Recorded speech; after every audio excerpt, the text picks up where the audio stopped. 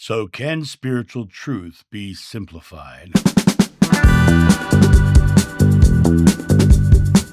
Good morning, my friends. It is I, John, here in the fabulous John of New Studios, and it is 19 degrees outside, a very frigid morning. I wanted to hop on and talk about spiritual truth. In the past few days, there's been a lot of discussion about spiritual debate and people and their personal individual truths. Now, as I often say on this channel, I'm only speaking about my spiritual truth on this channel. I'm not asking anyone to take what I believe as their truth. I'm only sharing mine. And if you find some truth in it, great. If you do not find truth in it, then that's great as well.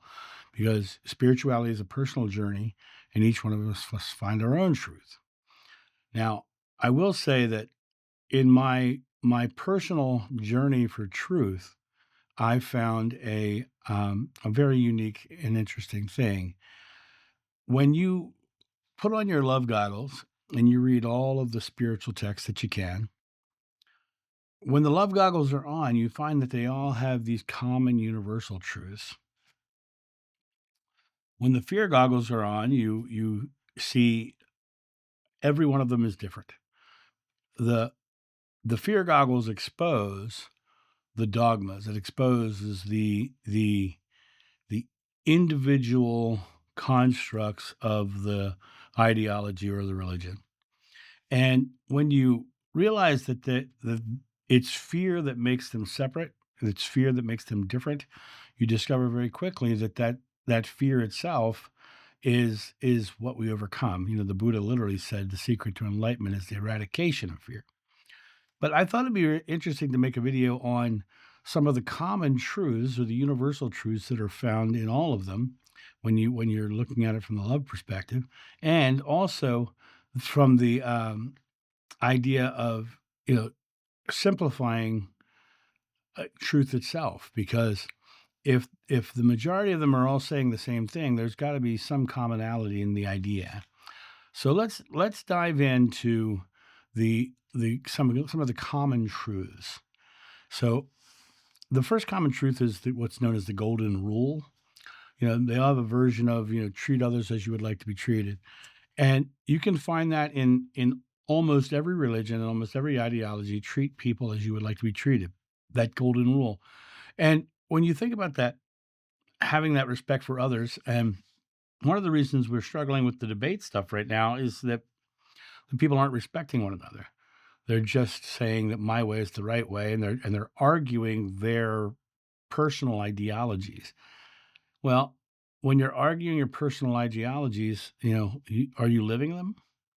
Because the argument is trying to sway other people to your ideologies, and rather than respecting their own. And so when you look at it from the perspective of treat others as you would like to be treated, if you're trying to sway your others to your belief, would you like them to do that to you? And so the golden rule is something you find in almost every religion. And when you realize that golden rule doesn't have anything to do with religion, it's treat others. It doesn't say treat others who are of like mind. It says treat others, meaning all humanity. Almost all of them have a belief in a higher power, be it a single deity or multiple deities or an overarching universal force or source. There's often something greater than oneself. In other words, the idea that there is me, but there is something more. And sometimes that more can be external or internal. I personally am a believer that it's one. It's all it's both internal and external because it is all of it. It's everything. And in that oneness of God, for me, on my personal truth, I find there to be, there's absolutely more. There's more. The physical world for me is a place of being veiled from the full awareness of the oneness of God. And so to me, that is one of the universal truths, that there is some higher power. Every religion has some sort of moral or ethical guidelines. So they're telling you don't kill, don't steal, don't do these things. In Judaism and Christianity, it's the Ten Commandments. There's the five precepts of Buddhism, the yamas and the niyamas in Hinduism. They all encourage honesty, kindness, and justice, and they tell you the things that are morally wrong. They give you the things that are harmful, hateful, and in my own perspective, they're telling you not to do the things that are coming out of fear. Greed is a fear of not having enough money, and so when I look at it from the perspective of thou shalt not steal, thou shalt not covet, those things, I think it's all about the fear of not having, the fear of lacking. And so to me, it always comes back to that idea of overcoming that fear again. But all religions have some sort of moral principles that tell you what's right or wrong. And it really comes down to understanding how far does it go. Some religions will go so far as to say that um, not believing as I do is wrong. So when you look at the various moral ethical codes, understand there's honesty, kindness, and justice. Now, justice is an interesting thing to me as well. Justice is, in my own opinion, is a product of fear because we're afraid that they're going to get away with something. We're afraid that they won't have some sort of recompense for what they've done. And in reality, that has nothing to do with us. It has to do with wanting them to suffer in some form. And that's usually what justice is. You know, judge not lest ye shall be judged. There is no justice without a judge, and you're judging when you do that. So I think it's kind of an interesting concept, but if we lean into the honesty and the kindness and the treating others the same, you'll find the same moral codes are applied throughout which. All traditions have some sort of spiritual practice, meditation, prayer, rituals that give you the connect to rituals that you use to connect to the divine or cultivate inner peace or awareness. And for me personally, when I started to strip away all of the practices like this, I came back to the place of just saying, okay, I understand that I am one with God and my thoughts are creating my experience. And so I don't need a meditation, prayer, practice to get there. So I don't do them. And to me, it's interesting that all religions do that. But when I find that people use the practices for so long, they get very addicted to practice, and oftentimes they'll never come to the belief that it's happening in the now, or that they're connecting in the now because they're so focused on the ritual or the practice that they're not necessarily touching into uh, the present moment belief. But that's just my belief, right? Other people absolutely love their prayer, their meditation, and rituals, and all of them have some sort of prayer, meditation, or ritual. Um, but like I said, I think all religions in general are coming from the mind of man. So we as human animals, we try to put a construct that we can comprehend and use to in our physical world. And so I think that that's what a lot of this is. But in the end, they're all doing something to make themselves cultivate an inner peace and awareness. And those rituals, those practices, are all about the responsibility of creating your own inner peace, your own awareness. And when you subjugate yourself to something outside of yourself, you cannot be at peace within because you are not in charge. And so that to me is one of the things that is interesting is they all have some sort of practice. They all have some sort of practice that makes you feel at peace or at ease. All the religions foster a sense of community. And so that idea of we need a community to have truth, right? It could be through worship or festivals in Hinduism and, shared meals. The idea that in all of these spiritual ideologies, the people around us are important and the community around us is important. And oftentimes people say, but I'm an introvert and I'm a homebody and I'm a hermit but I'm a homebody, I'm a hermit. You're saying that to somebody. So maybe your community is smaller, but you're still in a community because you're saying that to somebody, and that is the community that you're saying it to. And so when you realize that community is important, that actually saying and doing the things is important, what happens is you find these communities for ourselves. Sometimes they're big, sometimes they're small. My community is actually much smaller than most people think it is. I have very few close friends, and I have a lot of other friends, but and then I have a lot of acquaintances, right? But when I have very few people who I would just call or reach out to that I am completely open with how I feel. And because it's to me, it's like that's my community. I don't have to put on any airs or anything in front of others because they are my community. A lot of you guys here in this place are a community with me as well because I do speak my truth on this channel. But when I have friends who can also speak their truth to me, and I can connect very closely with them and not have to worry about anything that's said, that's sort of an inner circle, right? That's my inner community. And so community is important and found in all religions. Another thing that's found as a truth in all of them is compassion and service to others. Reaching out to help the poor. In Sikhism, they have cafeterias to feed people, and there's so many different charities and ideas that are in all of them. When you look at the teachings, and in Islam, their charity is one of the core pillars of Islam. You know, Karma yoga in Hinduism is one of the core pillars. And the Christian concept of agape love is the same thing. It comes back to this idea of this charity, to giving to the people, giving to the community, serving others, being part of that same community, but also helping and serving the community itself. That's a precept or a truth within all of them, is that we are not only a community, but we are a community that serves each other. Whatsoever you do to the least of my brothers, that you do unto me.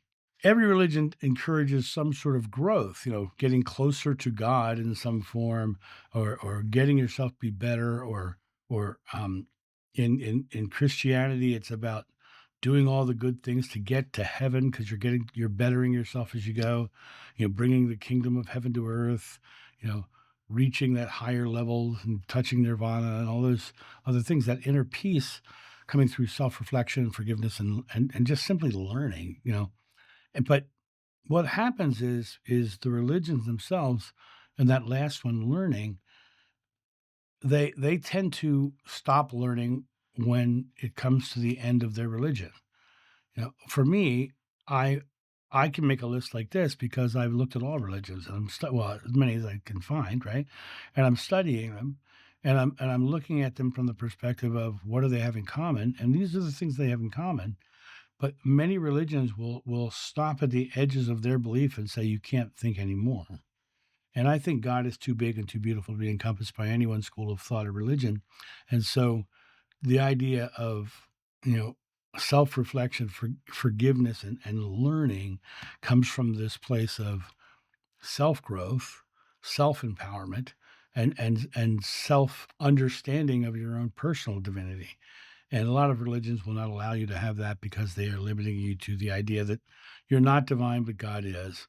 And so it all really comes down to, in truth, they're all looking for personal growth in some form, but it always comes to the limitations of what the religion will allow. Every religion has some sort of ritual, but it also has some sort of text that they go through. And the text can become the detriment in many cases because they're written in times where we, as in the modern age, are trying to add modern sensibilities to what the texts mean. We also negotiate modern sensibilities into the text. The Bible was written at a time when women were heavily subjugated, men were everything. Women weren't even allowed to be in the same temple with the men, um, and so people will read the Bible now and they'll try to negotiate in a modern sensibility of equality into the Bible.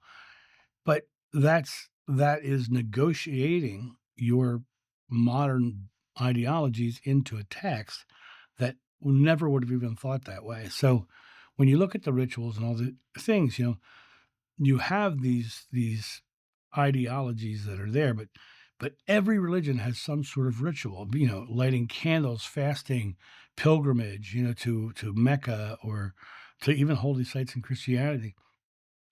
But in all of them, they have some sort of text that offer wisdom, history, or instruction.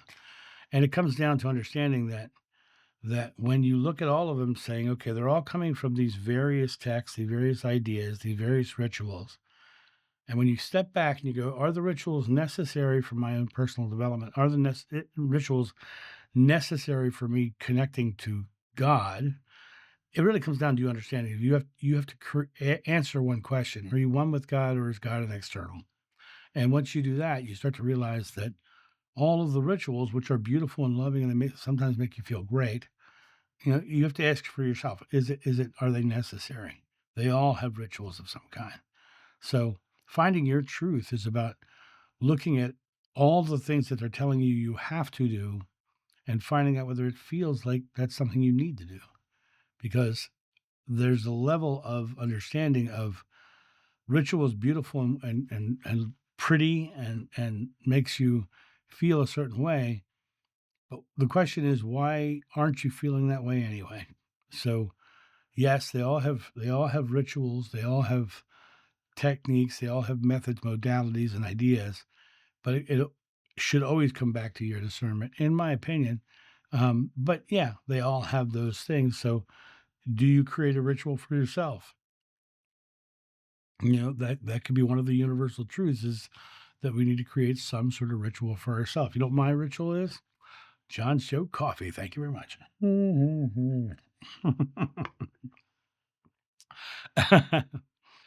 Almost everyone, religion in the world, has a belief in afterlife or continuation beyond death.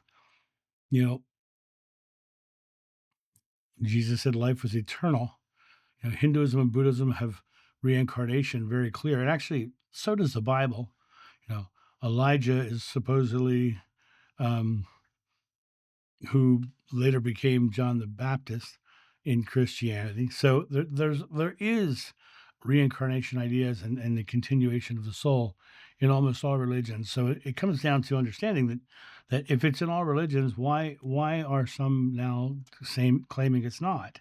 Right? But it is. It's found in all religions. There are those common truths that we are more than what we are here in the physical now, and that we continue on. Even modern near-death experiences show that we leave the body, right, and we go to the other side. Out-of-body experiences, near-death experiences. The big spiritual experiences are all about not the body, but something greater. And we go back to that earlier truth of something greater being there. Now, in this idea of going on, what their beliefs are about what happens afterwards, you've got heaven and hell in Christianity. Do you believe that the afterlife will be something horrific because of something you've done here? Um, so, most religions will talk about what happens after death in the physical, and reincarnation is one way, and the judgment of heaven and hell is another way, and it's a matter of you deciding for yourself which is right for you. Personally, because of my own personal experiences of my past life regression and my out of body experiences, I know that the body is just a vehicle, and I know that in the physical form, I am my consciousness within the vehicle of my body. And so when I look at this, is I know that I'm going to leave this place and come back into the oneness of source, and then come back in again at reincarnated, probably, because that's another thing, is people will often say in reincarnation that I'm not coming back, or that's because they're having a bad time now, but I don't think they have the full picture to be able to say what they're going to do later. Um, because once you cross over, it'll be a very different experience. The next is the importance of faith and quote unquote surrender. Basically, letting go and letting God. Faith itself is not a controlled experience. I just believe it's going to happen. Faith in the unseen, the leap of faith, the idea that I'm leaping without knowing. For me, it comes back to this idea that I don't ever get into this idea that I am surrendering to anything, but that's because of my own interpretation of the word surrender. To me, surrender means giving up to an opposing force. I'm surrendering, I'm giving up, going to be now subjugated to that force. I don't think of it that way personally because I think that I am one with God and God is I am the demand, God is the supply, and God lovingly supplies, and I get to experience whatever I choose to experience in life. And so the idea of faith comes down to, for me, comes down to not needing to know how things happen, but I declare what I'm going to be creating. And so I ask, I believe, I receive, but I never go ask, believe, figure out how, receive. Faith means I just believe that it is going to happen. And when I put it in that perspective, it tells us that we're not surrendering to an external God. We are actually stepping into our own personal divinity and declaring our life. So trust is developed by results over time. So the more you put a faith out and watch it come into your life, your trust grows. And next thing you know, you're experiencing it. But every religion talks about the importance of faith, of release, surrender, as it were.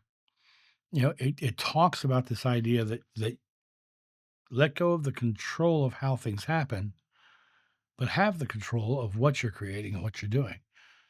Ask and you shall receive. Ask and you shall receive. It's the asking that's the important part because it will only give you what you ask for. Now, how do you ask? You ask with present moment belief. That's easily found in biblical teachings. It's also found in Buddhist teachings and Hindu teachings and all kinds of teachings all over the place. Your present moment belief is how you ask, what you believe about your now. And in believing your now is having a certain experience, the how is figured out by the source because you have, quote unquote, surrendered your belief or released it to the universe, to God, to create. And so that's really the importance of faith is important in all religions. And it's just a matter of interpretation of what faith means. In Christianity, faith means faith in Jesus. But if you believe that works, it'll happen because that's your present moment belief. Another thing is forgiveness. You find forgiveness in all of the religions. When someone does you wrong, just forgive. That doesn't mean you have to like them. It doesn't mean you have to like what they did. You just say, okay, I'm forgiving. Well, forgiveness does more for you than it does for anybody else because you can carry a grudge and through the rest of your life. It's like that famous Buddhist story of the Buddhist master and his student walking down the road, and they come to the raging river, and they see this woman on the side of the river. She's saying, "Oh, please help me across the river. I'll be swept away if I go into this raging water." Without a second thought, the master picks up the woman, puts her on his shoulder, carries her across the river, sets her down on the other side, and then the student and the teacher keep walking down the road. As they get further and further away from that river, the student's getting angrier and angrier and madder and madder. And about 2 miles down the road, he turns to Master, how dare you? How dare you? You know we're not supposed to touch a woman. And the master turned around and says, I put her down 2 miles ago. Why are you still carrying her? It's the idea of releasing that wrong that you felt has been done, or that wrong you've done to yourself. It's a matter of reconciling that, saying, nope, this is done. Okay, we're past this. We're moving on to release the grudges and seek harmony with others. And that is a part of spiritual growth, is to come to that place of harmony, nirvana, to heaven, right? Bringing the kingdom of heaven to earth is coming back to that place of clarity without carrying these grudges or these disharmonies. And when you look at it from the perspective of forgiveness and reconciliation is in all religions, it must be a universal truth that we let things go. In religion, there's always the idea of treating nature and life with respect. You love one another. You take care of your crops. You you handle nature with respect. You find this in all religions, especially Native American religions and Eastern religions.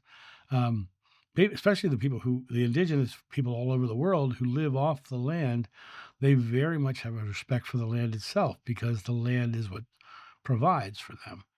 And that there's in even in Japan, there's a religion that is specifically designed to honor the mountains, and they go up to the mountains and they pray to the mountains and the trees, and they have respect and unity. And there's a lot of businessmen who are in this religion, and but it always comes down to this idea that we live in this world, and this world is a part of our experience and us, and the more we treat the world and the people in it around us well, then nature and the people around us will treat us well. And so that idea of respect for nature and life is huge in almost every religion you'll ever talk about. Every religion in the world talks about finding purpose, and that's the interesting thing is the concept of finding purpose. Purpose is chosen, not found. But it's more about creating purpose rather than finding it.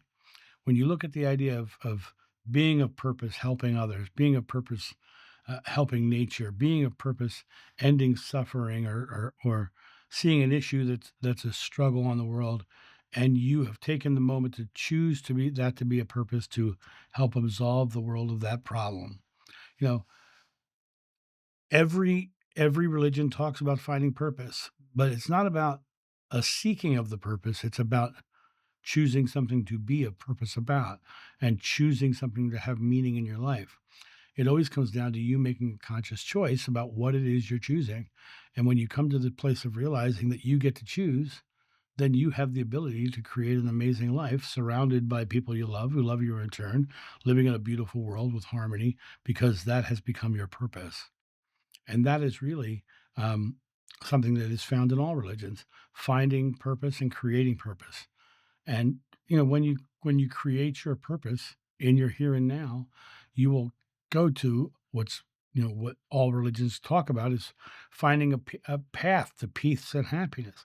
Peace and happiness are contentment within. It's about knowing you've done well. It's about knowing you've created an experience of of harmony with the world. It's about knowing that your morals are kind and loving. It's about knowing that you can forgive and release the grudges of the past. It's about knowing, and knowing is faith.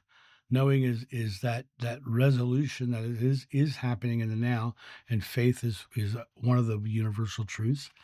You know, it's about understanding that if you have rituals or you have sacred texts you lean into, that they give you comfort, they give you that ease and happiness.